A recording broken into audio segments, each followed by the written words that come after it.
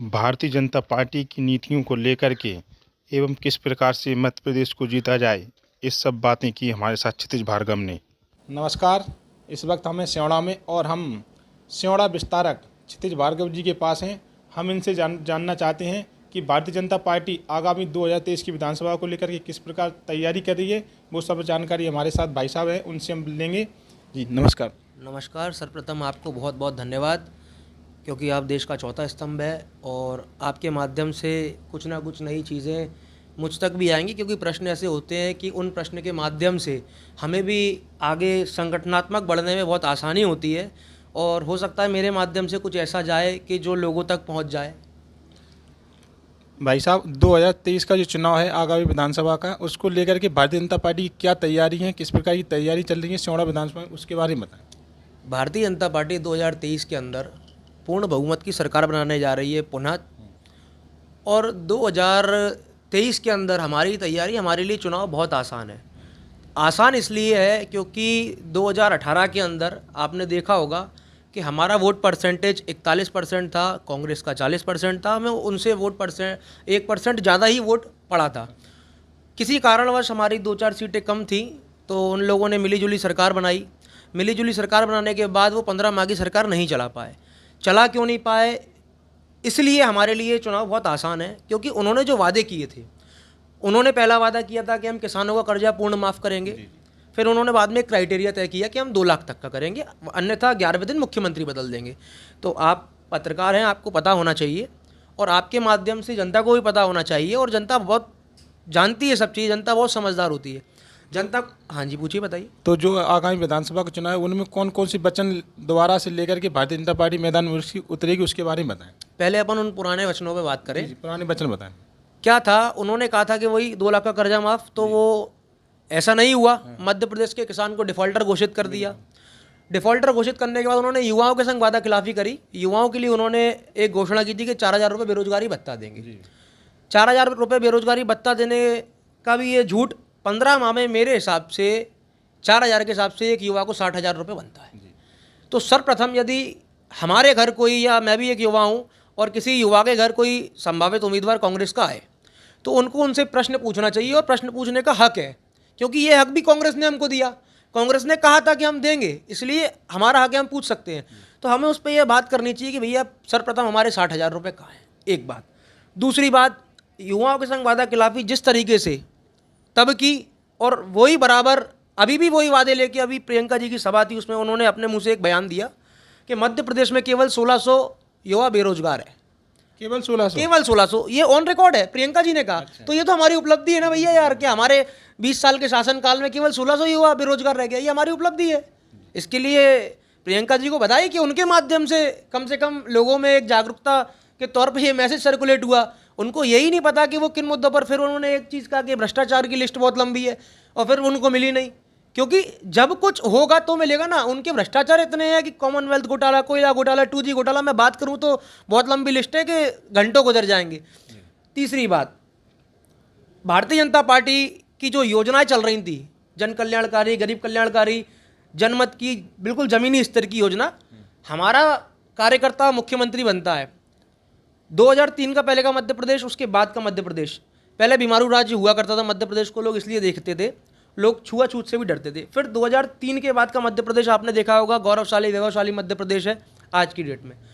हम देखते हैं कि 2003 में हमारा मुखिया मध्य प्रदेश का शिवराज सिंह चौहान जी बनते हैं, और वो लाडली लक्ष्मी योजना लेकर आते हैं। क्योंकि उससे पहले घर में बिटिया होती थी, लोग तंबाकू दबा के, कुरीतियाँ थी, लोगों की मानसिकता आई थी, तो इस तरीके की कृत्य करते थे। लेकिन हमारे मुख्यमंत्री को पीड़ा हुई कि बिटिया के संग गलत हो रहा है, वो लाडली लक्ष्मी योजना का लेकर आए। फिर उसके बाद वो कि लाडली लक्ष्मी लेके आया कि लक्ष्मी बेचारी बिटिया कन्यादान, तो वो कन्यादान योजना लेकर आए कि पहले बेटी पैदा होगी तो लखपति पैदा होगी, उसके बाद उसका कन्यादान करूँगा। अब लाडली बहना लेकर आए, तो उनके लिए महिलाओं के प्रति, मातृशक्ति के प्रति एक अलग भावना है, क्योंकि हम छोटी कन्याओं को देवी का रूप मानते हैं, और हमारे भारत के अंदर समान नागरिकता अधिकार भी अगर किसी ने दिया है, महिलाओं को सशक्त किया है। आपने देखा होगा जब माननीय मोदी जी चुनाव लड़े, तब आपने देखा होगा कितनी महिला सांसद चुनी गई। तो ये जो एक हमने दौर ख़त्म किया है दोनों चीज़ के अंदर के, उनको बढ़ावा ज़्यादा, इनको बढ़ावा नहीं, हमारे यहाँ सब समान अधिकार है सबको। लेकिन मैं देख रहा हूँ, जैसे सियोड़ा का भ्रमण करता हूँ तो देख रहा हूँ जगह जगह जो दीवारें रची हुई हैं, अलग अलग प्रत्याशी अपनी अपनी उम्मीदवारी लगा रहे हैं।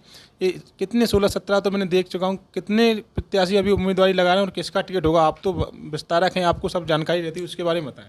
देखिए, टिकट हमारे यहाँ संगठन तय करता है और कोई कार्यकर्ता ये कह ही नहीं सकता कि टिकट मेरा हो रहा है, एक बात। दूसरी बात, हम लोग कैडर बेस पार्टी के कार्यकर्ता हैं, हमारे यहाँ संगठन सर्वोपरि था, है और रहेगा, क्योंकि हमारे यहाँ राष्ट्र सर्वप्रथम, पार्टी सेकंड और सेल्फ लास्ट की रीति और नीति है। और आपने जो सवाल किया कि जगह जगह दीवार लेखन देख रहे हैं 17-18 लोगों का, तो उस पर मैं आपको बताना चाहूँगा कि दीवारों पर आपने अगर लिखा देखा हो अच्छे से, तो उस पर यह लिखा है, सियोड़ा विधानसभा के चहुमुखी विकास के लिए भारतीय जनता पार्टी को मतदान करें, निवेदक फलाने सिंह, सबका साथ सबका विकास, लाडली लक्ष्मी योजना माननीय शिवराज जी की देन और निवेदक फलाने सिंह। कहीं भी जो भाजपा की नीति थी उनके बारे में उन्होंने प्रचार कर रहे हैं। तो हम भारतीय जनता पार्टी का प्रचार प्रसार किस प्लेटफॉर्म पे कर सकते हैं? दीवार लेखन के माध्यम से, यूट्यूब के माध्यम से, फेसबुक के माध्यम से, इंस्टाग्राम के माध्यम से, बूथ बूथ जाके, घर घर जाके, तो ये करना चाहिए, अच्छी बात है। इस दृष्टि से तो होना ही चाहिए ये, और बहुत, मैं तो इसको बहुत सराहना करता हूँ इसकी, कि हम सभी लोग दीवार लेखन सबको कराना चाहिए। कार्यकर्ता को अपनी महती भूमिका निभाना चाहिए कि हम पार्टी की रीति और नीति, पार्टी का प्रचार प्रसार हम किस स्थिति और परिस्थिति में जमीनी स्तर पे कर सकते हैं, ये करना चाहिए कार्यकर्ता को, ये अच्छा है। एक बात और पूछना चाहता हूँ, भारतीय जनता पार्टी के अंदर पन्ना प्रमुख से लेकर राष्ट्रीय अध्यक्ष तक बने हुए हैं, वो उस प्रकार वो बात बताएं कि वो किस प्रकार बनाए जाते हैं और किस प्रकार संगठन कार्य करता है। अच्छा प्रश्न है आपका। क्या है कि एक तरफ ऐसी पार्टी है जिनके यहाँ राष्ट्रीय अध्यक्ष कौन बनता है ये केवल उन्हें पता होता है। एक हमारी पार्टी है कि हमारे यहाँ का राष्ट्रीय अध्यक्ष कौन सा पन्ना प्रमुख बन जाए ये हमको भी नहीं पता, कभी कल्पना ही नहीं की। आप इतिहास उठा के देख लीजिए, 20, 25, 30 साल का जब से हमारी पार्टी का इतिहास है, तब से लेके आज तक का आपने देखा होगा कि जो हमारा बूथ का कार्यकर्ता, जो बूथ अध्यक्ष से लेके, और जो आज हमारे जेपी नड्डा जी हैं वो बूथ अध्यक्ष भी रहे। बिल्कुल। उससे पहले पूर्व में थे अमित शाह जी, वो भी बूथ के अध्यक्ष रहे, जिला अध्यक्ष, तो कड़ी बहुत लंबी है। तो उनके यहाँ क्या है, या तो कभी सोनिया जी, कभी राहुल जी, ये क्रम, अब प्रियंका जी। आपने, और तीनों चुनाव अब लास्ट के 15 साल पीछे जाओ, 2018 के चुनाव में राहुल गांधी जी कैंपेन कर रहे थे, अब प्रियंका जी को जम्मा है, उससे पहले सोनिया जी कर रही थी। तो इनके यहाँ परिवारवाद इतना हावी है भैया कि एक ही परिवार तय कर रहा है। और जब माननीय मनमोहन सिंह जी देश के प्रधानमंत्री थे, तब आपने देखा होगा कि देश की जो गद्दी होती है, जब हम विदेशी नीतियों पर डील करते हैं, तो वहाँ सोनिया जी बैठा करती थी कि क्या मजाक है देश के साथ। बिल्कुल। तो ये सब चीज़ें नहीं होना चाहिए। हमारे पन्ना प्रमुख का महत्व तो बहुत बड़ा है, और कितना बड़ा महत्व है ये आप 20 साल से हमारी सरकार है निरंतर, और आप देख रहे होंगे कि मोदी जी को जनमत बढ़ता जा रहा है, और अब मोदी जी का सम्मान जो विश्व पटल पर हो रहा है, और मोदी जी का नहीं, ये देश का सम्मान है। देश के प्रत्येक नागरिक को गौरवान्वित महसूस होना चाहिए जब किसी दूसरे देश का प्रधानमंत्री या राष्ट्रपति नतमस्तक होता है, कहता है कि आप हमारा विश्व पटल पर मार्गदर्शन करें, मान बढ़ा रहे हैं। और बहुत सारे देशों ने अभी मोदी जी को लेकर के, अपनी यूपीआई को लेकर के भी अपना विदेश में बहुत अच्छी विदेश नीति लेकर चला। एक सवाल और है आपसे, मध्य प्रदेश के अंदर किसानों की जो समस्या सबसे ज़्यादा हो रही है, उसके बारे में बताएं। क्या वही मुद्दे लेकर के कांग्रेस उनको भुलाएगी या फिर बनाने की कोशिश करेगी? उन्हीं को लेकर के बताएं। देखिए, क्या होता है कि किसानों का मुद्दा, भारतीय जनता पार्टी की सरकार के पहले किसान की स्थिति क्या थी? 18% ब्याज दर पर उसको लोन मिलता था। हम सरकार में आए, माननीय मध्य प्रदेश के मुखिया शिवराज सिंह चौहान जी चुने गए, उसके बाद वही ब्याज दर 7%, 5%, 3%, फिर 1% और अब 0% हुआ। फिर कांग्रेस ने ब्याज दर माफ़ी की कहा, जब आपने किसान को कुछ दिया ही नहीं है, ये भी एक छलावा था उनका। फिर किसान को आपने डिफ़ॉल्टर घोषित कर दिया। अभी आपने देखा होगा कुछ दिनों पहले माननीय मुख्यमंत्री जी ने ब्याज माफ़ किया। उसके बाद उनकी कथनी और करनी में, हमारी कथनी और करनी में ज़मीन आसमान का अंतर है, क्योंकि हम वो घोषणा करते हैं, हम लोग वचन लेते हैं और वो निभाते हैं। अब आप देख सकते हो, आज से इतिहास में पहले कभी किसान को किसी ने 1 रुपया भी दिया? नहीं दिया।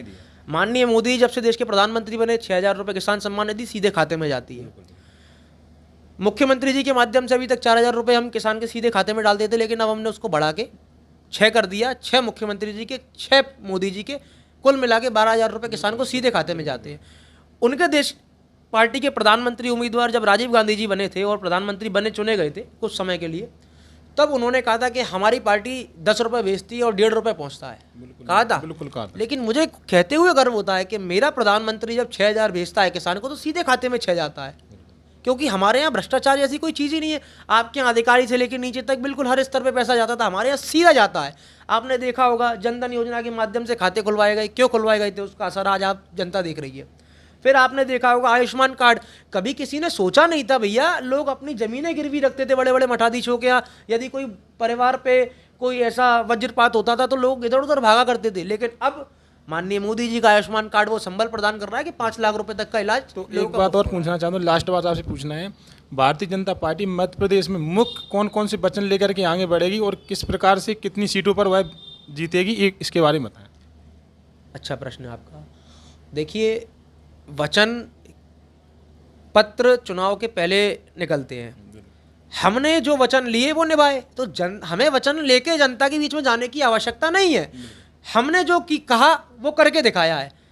हमारा वचन था, हम चाहे केंद्र का वचन ले लें, 370 हटाएंगे, हटाई। बिल्कुल हटी। वो कहते थे खून की नदियाँ बहेंगी, एक कंकड़ तक नहीं फेंका। हमने कहा था मंदिर भव्य बनाएंगे, मंदिर बनने जा रहा है प्रभु श्री राम का, उन्होंने तो भगवान राम तक को काल्पनिक कहा था।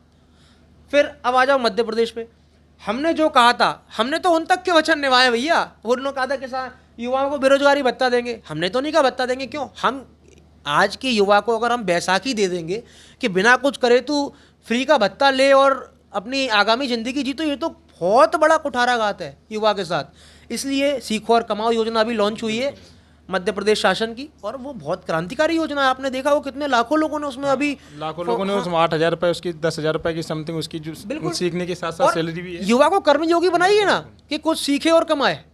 भत्ता क्या होता है? फिर आप युवा से ढोर चरवा रहे थे, क्या था ये?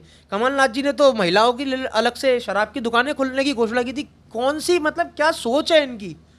और इससे पहले जो आज लोग प्रश्न करने लायक बने हैं, इसके पीछे भी भारतीय जनता पार्टी का बहुत बड़ा मापदंड तय करके रहा है कि आप देख सकते हैं कि इससे पहले तो लोग खूब चुनाव लड़े, लेकिन कभी इतने प्रश्न करने के लिए लोग इतने जागरूक थे ही नहीं।